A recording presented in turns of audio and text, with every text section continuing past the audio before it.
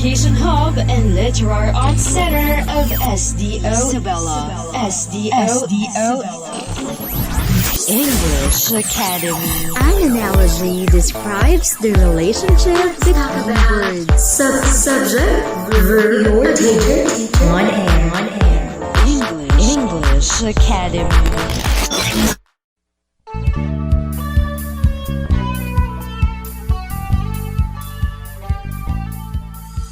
Good day, my dear learners! How are you today?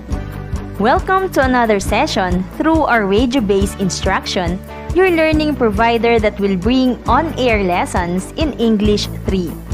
This is Teacher Donna Beles Bartolome, and I will be with you throughout our learning episode. Are you excited to be with me, kids? Yeah! I love your energy! That's a sign of good start for our class on air. As we begin, I want you to bring out your modules and books and your writing materials as well. Now, find a comfortable place for you. Also, check your gadget speaker if you can hear me. Get a paper and pen beside you so that you do not miss important information from the lesson later on. Likewise, prepare your water and snacks so that you do not need to stand from time to time. Are you ready, grade 3? If you're ready, will you shout, "Hooray!" Hooray! That's the spirit. Kids, as you grow up, you will remember thousands of words that you can use in writing sentences and paragraphs. The words you learn can also be used in talking to your classmates and friends. You will observe that there are words that have the same pronunciation and have different spelling. So, you can use those words in a sentence correctly if you know the right meaning. Do you want to know more about these words? Any idea how are they being called? Alright, keep on listening as I will bring you to the words of homographs, which spells as Homographs.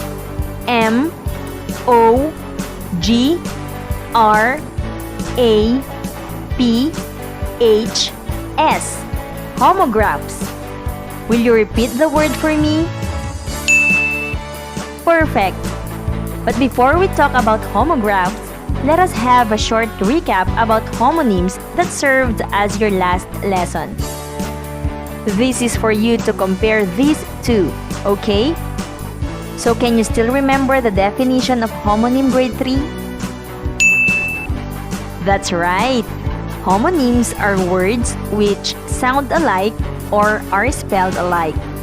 In a strict sense, a homonym is a word that both sounds and is spelled the same as another word. Think of the word lie, which can mean not true or horizontal or resting position. It's written and pronounced the same. Likewise, train is a mode of transport or could mean physical or mental exercise. Will you give more example? That's correct. One of the given examples is the word pen. Pen and pen are two words which have the same sound and pronunciation, but they have different in meaning. The meaning of one is a holding area for animals, and the meaning of another is a writing instrument. The sound and spelling are the same, and only the definition or meaning differs. Will you clap your hands 3 times if you clearly get it, kids? Keep that definition in mind, my dear learners, as we are about to have its kinds to enhance your vocabulary. As I mentioned earlier, we will be talking about homographs. Homonym can either be homograph or homophone. Specifically, homographs are also words with the same spelling but having more than one meaning. Often the difference in pronunciation is just a shift in the accented syllable. Even though they are spelled the same, their sound is different. Now, let us study these examples to clear out your confusion on this. We have the word present, spells as P-R-E-S-E-N-T.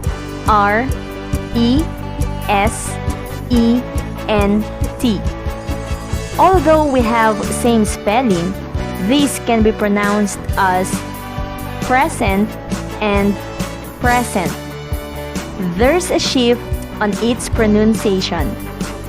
Present may mean at this moment or right now, while present refers to a gift. Still confused? Let's have more of its example.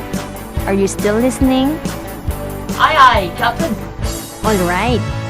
This time, let's use our examples in sentence. I'd like to present you with a birthday present. Same words are used in a sentence, but they have different sound and meaning. Now, can you give me your own example? That's it. We can have the word content. Spells as C-O-N-T-E-N-T.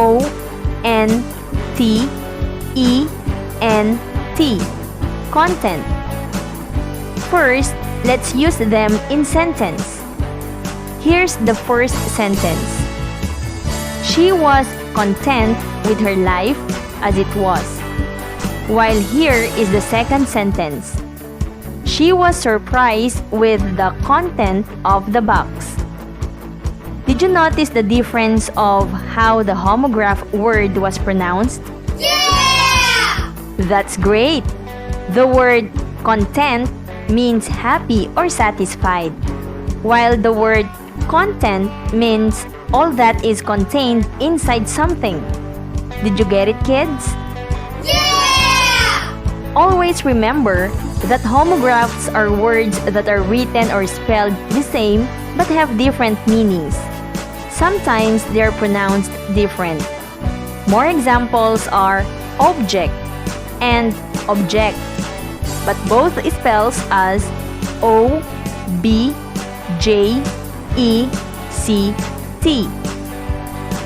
We also have the word minute, which is spelled as M-I-N-U-T-E, but can be pronounced as mean it and mean it. Sounds exciting, right? Aye, aye, Captain. You can have more examples of these from your learning activity sheet, which can be found at pages 4 and 5. Illustrations are provided so that you can better understand our topic. You can check them for yourselves with the guidance of your parents. Okay? This time, let us have a short game. I will be reading words which are examples of homographs with its definition. Then, I will also read how it can be used in a sentence. If you think the definition that I read fits the first sentence, then clap your hands. But if you think the defined word fits the second sentence, then stomp your feet. I'll repeat the directions. I will read an example of a homograph with its specific meaning. If that word is appropriate on the first sentence, then clap your hands. But if it is more appropriate on the second sentence, then stamp your feet. Are you ready? Yeah! Okay, then let's proceed. The first word is fine. That means feel good. What sentence do you think it was appropriately used? First sentence. I am fine with that decision. Again, I am fine with that decision. Or second sentence, there is a fine in not obeying the rules. Again, there is a fine in not obeying the rules. What's your answer? I heard you clap your hands, and that's right. Fine in the first sentence means Feel good while fine in the second sentence means an amount of money to be paid for punishment. How about in the next set? Watch, which means to look. What sentence do you think it was appropriately used? First sentence. My mother bought me an American watch. Again, my mother bought me an American watch. Or second sentence, Erica likes to watch her favorite noontime show. Again, Erica likes to watch her favorite noontime show. What's your answer? That's exactly right. I heard you stomp your feet, therefore, your answer is second sentence. In the first sentence, watch means a small clock usually placed in a wrist, while watch in the second sentence means to look for something. Is it already clear? Were you able to understand our lesson, class? I am sure you do, and I guess you are ready to work on your task. This time, I want you to open your learning activity sheets in English 3 at page 8 and bring out your activity notes. Do you already have them with you? Yeah! I want you to check for the assessment part at this page. Then listen as I read the set of words with their definition. If you think the pair of words is an example of a homograph, then draw a happy face on your quiz notebook. But if it is not, then draw a sad face. Again, I want you to listen as I read set of words with their definition. If you think the pair of words that I read is an example of a homograph, then draw a happy face on your quiz notebook. But if it is not, then draw a sad face. Is the instruction clear, kids? I will give you 5 seconds to answer. Are you ready? Aye, aye, Captain. Great! Here's for number 1. Scent and scent. Scent means the past tense of send, and scent means sense of smell. I repeat, scent and scent. Scent means the past tense of send, and scent means sense of smell. You may now draw your answer.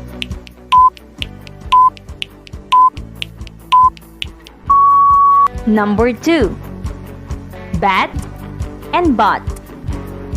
Bat means a piece of sporting equipment, while bat means a winged animal associated with vampires. Again, bat and bot. Bat means a piece of sporting equipment, while bat means a winged animal associated with vampires. You may now draw your answer.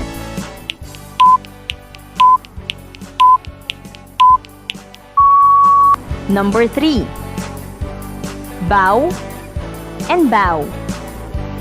Bow means to bend at the waist, and bow means the front of a boat. Again, bow and bow.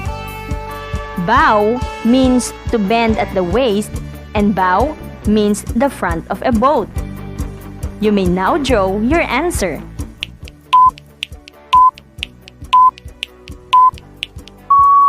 Number 4.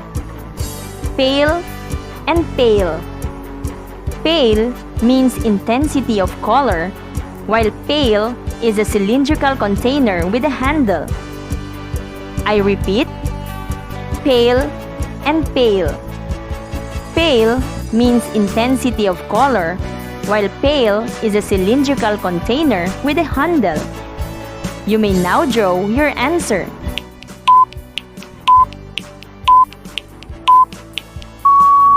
Number 5. 8 and 8. 8 refers to the past tense of eat, while 8 refers to the number. I repeat, 8 and 8. 8 refers to the past tense of eat, while ate refers to the number. You may now draw your answer.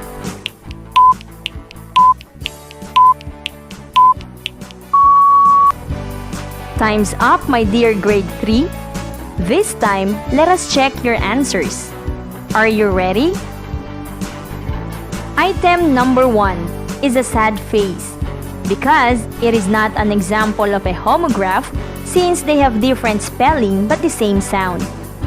Did you get it right? Very good. Item number 2 is a happy face because it is an example of a homograph since they have similar spelling but different sound. Did you get it? That's great! Item number 3 is also a happy face because it is an example of a homograph since they have similar spelling but different sound. Do you have the same answer? Item number 4 is a sad face because it is not an example of a homograph since they have different spelling but the same sound. Was your answer correct? For item number 5 is also a sad face because it is not an example of a homograph since they have different spelling but the same sound. Did you get it right? Now that we are done checking, I want you to count your scores honestly. I am positive that most of you got high scores and I want to give a big round of applause for you, my dear smart grade 3 learners.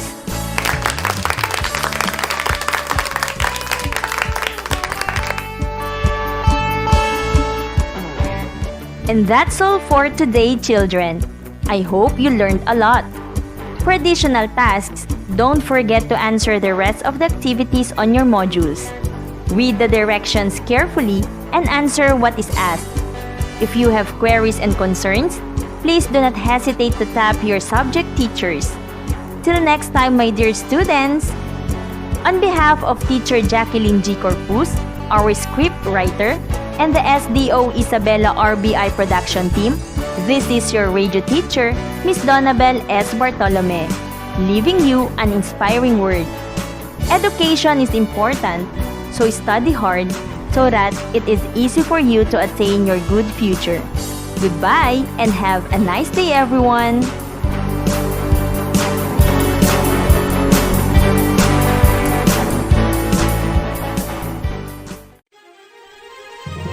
Patuloy ang edukasyon para sa ating henerasyon. Sa daan ng pagkatuto ay walang may iwan. Kaya halina sa Radyo Eskwela!